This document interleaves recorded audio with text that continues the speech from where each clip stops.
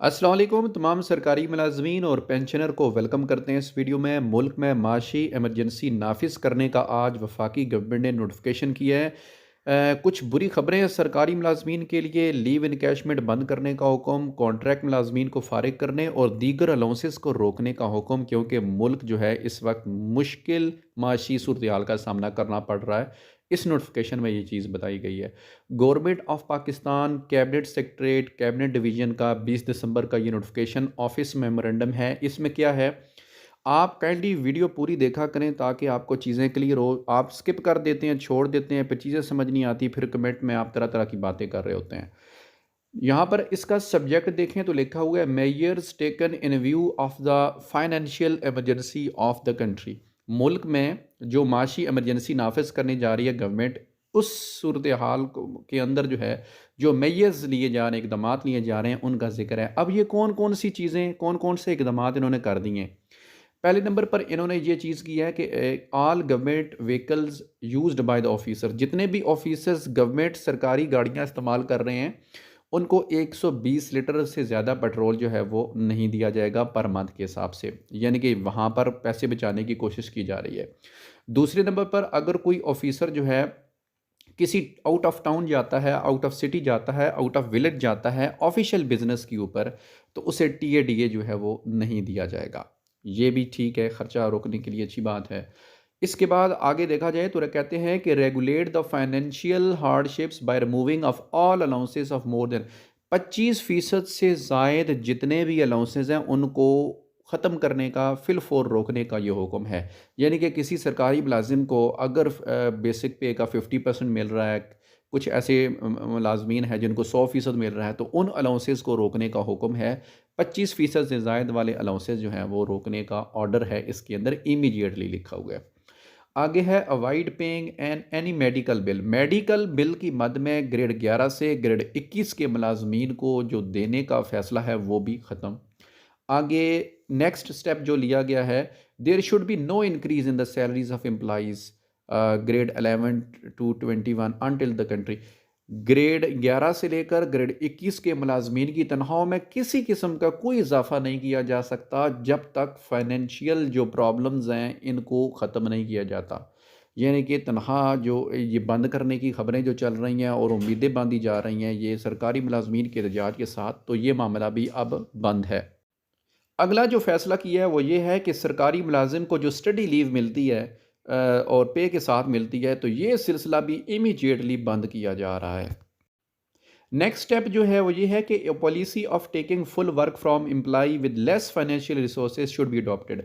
एक सरकारी मुलाजिम से पूरा काम लिया जाए कम से कम फाइनेंशियल रिसोर्स के साथ, इस पॉलिसी को भी नाफिज किया जा रहा है। और साथ ये है कि ये बताया गया है कि ग्रेड 7 से लेकर ग्रेड 21 के जो मुलाजमीन हैं, इनकी पेंशन के ख़ात्मे के लिए, इनकी पेंशन को कट डाउन करने के लिए, कर्टेल करने के लिए एक पॉलिसी जो है जुलाई 2023 से नाफज की जाएगी।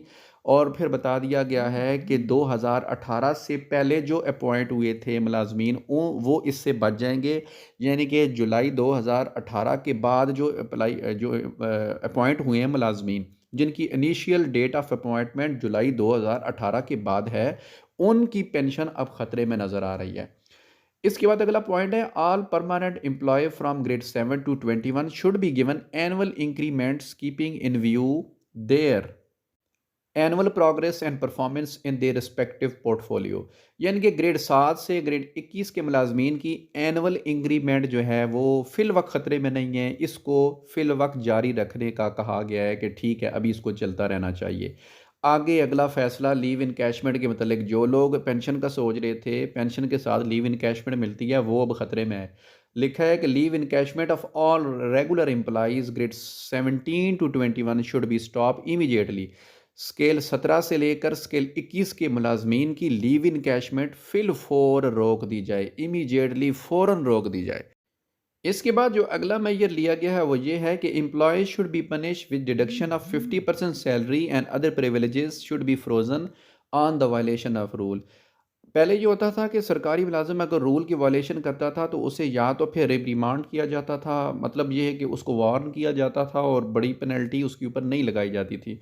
लेकिन अब ये गवर्नमेंट कह रही है कि मुश्किल माशी सूरत-ए-हाल है, सरकारी मुलाज़िम अगर कोई रूल की वायलेशन करेगा, कोई भी एम्प्लॉयी करेगा, तो 50% तनख़्वाह की डिडक्शन 50% उसकी तनख़्वाह काट लें और उसके जो बाकी प्रिविलेजेस हैं, जो उसको मराहत वगैरह मिल रही हैं, वो फ्रोज़ कर दी जाएँ, यानी कि फ्रीज़ कर दी जाएँ, फ्रोज़न कर दी जाएँ, उनको रोक दिया जाए।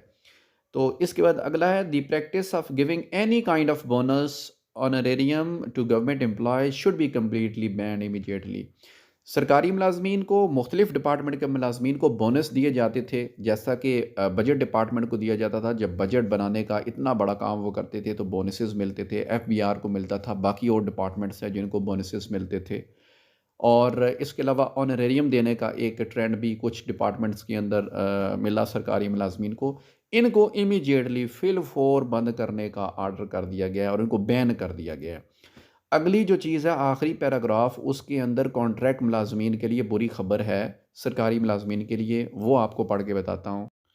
नेक्स्ट स्टेप है कि in order to enable better utilisation of funds all government institutions organisations autonomous bodies will shall submit absolute report on the utilization of funds after every 3 month। तमाम किस्म की ऑर्गेनाइजेशन, सरकारी अदारे और ऑटोनमस जो bodies हैं, हर 3 माह के बाद अपनी रिपोर्ट फ़ंड्स की यूटिलाइजेशन के हवाले से जो है वो जमा करवाएंगी और देखा जाएगा कि उन्होंने इन फ़ंड्स को इस्तेमाल करने में कितनी किफ़ायत शारी या कितनी जो है वो समझदारी का मुज़ाहरा किया है।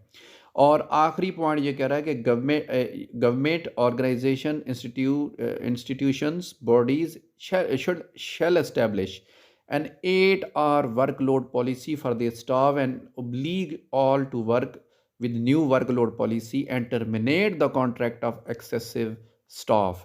ज़रूरत से ज़्यादा जो स्टाफ है ये टर्मिनेट करें उनका कॉन्ट्रैक्ट और 8 घंटे की वर्कलोड पॉलिसी अपनाएं, तमाम मुलाजमीन को बाउंड करें कि उन्होंने 8 घंटे काम करना है। 8 घंटे से कम जो काम अब नहीं चलेगा और 8 घंटे की पॉलिसी वज़ा करते हुए रेशनलाइज करें और जितना स्टाफ एक्स्ट्रा है तो उनको निकालें। और यहाँ पर ये बताया गया है कि जो डिसेबल एम्प्लॉय है उनका जो है अपना कॉन्ट्रैक्ट उनको छोड़ दें, उनको जो है ना निकालें, टर्मिनेट ना करें। बाकी जितने भी एक्सेसिव एम्प्लॉयज़ हैं उनके कॉन्ट्रैक्ट को टर्मिनेट कर दें। काफ़ी बुरी ख़बरें इस नोटिफिकेशन के अंदर सरकारी मुलाजमीन के लिए ये पहला बम है। मुश्किल माशी सूरत हाल हैं और बहुत सारे व्लॉगर्स कह रहे हैं कि पाकिस्तान डिफ़ॉल्ट करने वाला है, डिफ़ॉल्ट कर जाएगा, दिवालिया हो जाएगा। अल्लाह इन तमाम बुराइयों से, इन तमाम मुश्किलात से पाकिस्तान को बचाए। हमारी इकानमी अल्लाह करे बेहतर हो, तो फिर ही सूरत हाल जो है वो बेहतर हो सकती है।